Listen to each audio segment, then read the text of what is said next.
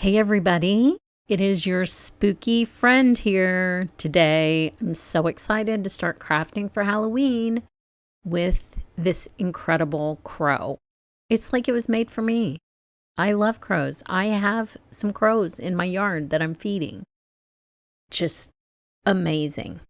So we are going to make a card with this beautiful crow. And I'm going to start by showing you a couple different ways that you can add texture and like lighting effects to these layering dies. It's really simple. So I took his little eye and I added some clear lacquer to it. That's step one. I want to let that dry. Then I'm taking one of my little tiny gel plates and I'm adding some white paint to it, kind of getting an even coat of it on my brayer. And I have two choices here. I have this beautiful orange paper, or I have this stunning tree embossing folder. It's a 3D embossing folder and it's so pretty.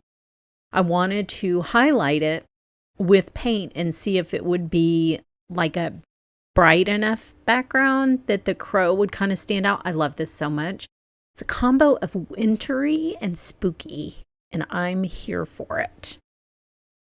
So I'll just clean my little plate off and then we'll take a look. I have a feeling it's going to be too busy for the crow, so we will see what we have.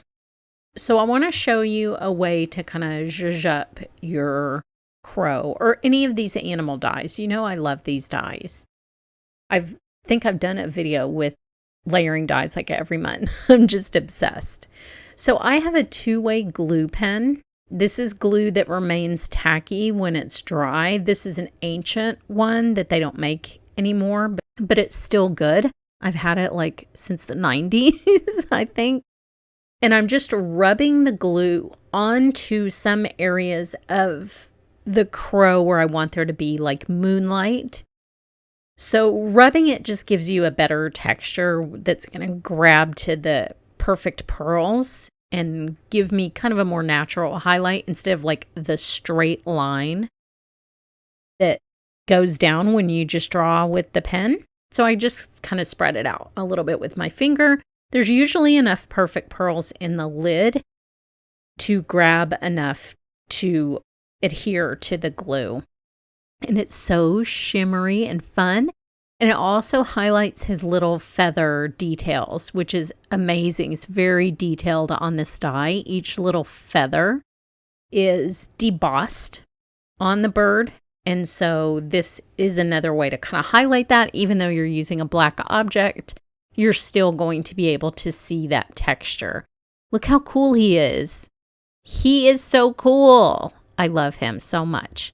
So the light is just shining on the edges of the bird. I do think I want some on the right side. But as I look at this, that background is too busy for my crow. But he's going to look amazing on this really, really pretty orange kind of abstract plaid paper. He's a good contrast to that. And then you'll be able to see all of his little details. So for the next step, what I want to do, after I add a little highlight to the right side, and this middle layer, it only has one of his feet. So because one foot, that back foot is in the back. And so this brings his front foot forward when you put the die cut together, which I think is genius. They think these dies out so well. So you'll know which layer is the right layer because the 1 foot layer goes on top of the bird that has 2 legs, if that makes sense. Now, I want his beak to be really shiny, like his eye, because the crows in my yard, they are shiny.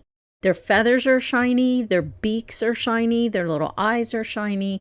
And so this is going to be a very realistic little crow.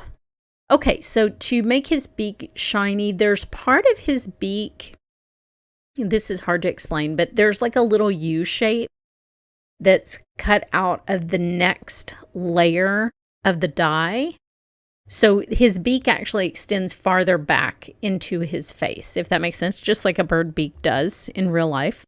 So I'm kind of using that layer of the die to gauge where I need to put the rest of the lacquer. And then when I assemble this, then just the beak part is going to be very, very shiny and raised, and it's going to look cool as heck. Look, it's going to be amazing. So now I will start putting this little guy together. It's very easy to do. So you put this layer down in between one leg and two legs. So you can see how his beak is just going to be so cool and shiny and sort of stand out from the rest of him. And then you take the one leg and you put it on top. Then you just take the next layer and we are going to pop that down. It's real easy to line up with his feet because you're going to line up that 1 foot and you're going to know that you pretty much have the rest of it all set. But the outline of the feathers on the side of the bird, I got a little glue between his toes. It's okay. It's going to dry clear. But the outline of the feathers is also completely consistent from one layer to the next. So these layers are very easy to put on.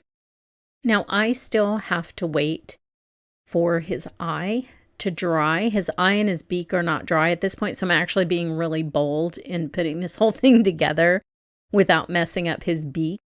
But here you can see how shimmery and shiny his little beak is, his feathers are. And when I pop that eye in, his eye is going to be shiny as well. He is just magnificent. What a gorgeous, gorgeous die. And he's pretty large. He's going to take up most of the card front. And then I'll use these trees on another project. So here's the finished card. I stuck him on a little branch. Head over to my blog for more information. Check the description box for a giveaway. And thanks so much for watching.